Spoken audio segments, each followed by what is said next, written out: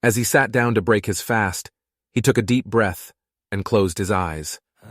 He knew that he needed to turn to Allah, SWT, for guidance and strength, but he was unsure how to do so. That night, he went to the mosque for Taraweeh prayers, hoping to find solace in the spiritual atmosphere.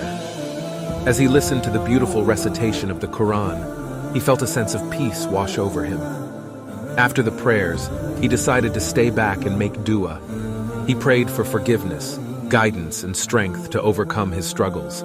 He poured his heart out to Allah, SWT, knowing that only He could help him in his time of need. As he walked home that night, he felt a sense of calm and peace that he had not experienced in a long time. He realized that dua was not just a ritual, but a powerful tool that could help him navigate through life's challenges. Over the next few weeks, Ahmed made dua a regular part of his daily routine. He would wake up for suhoor and spend some time in prayer, asking Allah, SWT, for blessings and guidance.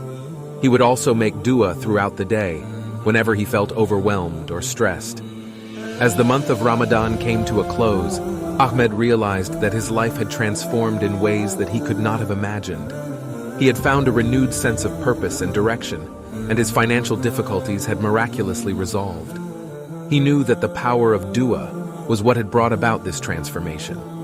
He had realized that dua was not just about asking for material blessings, but also about seeking spiritual enlightenment and closeness to Allah, SWT.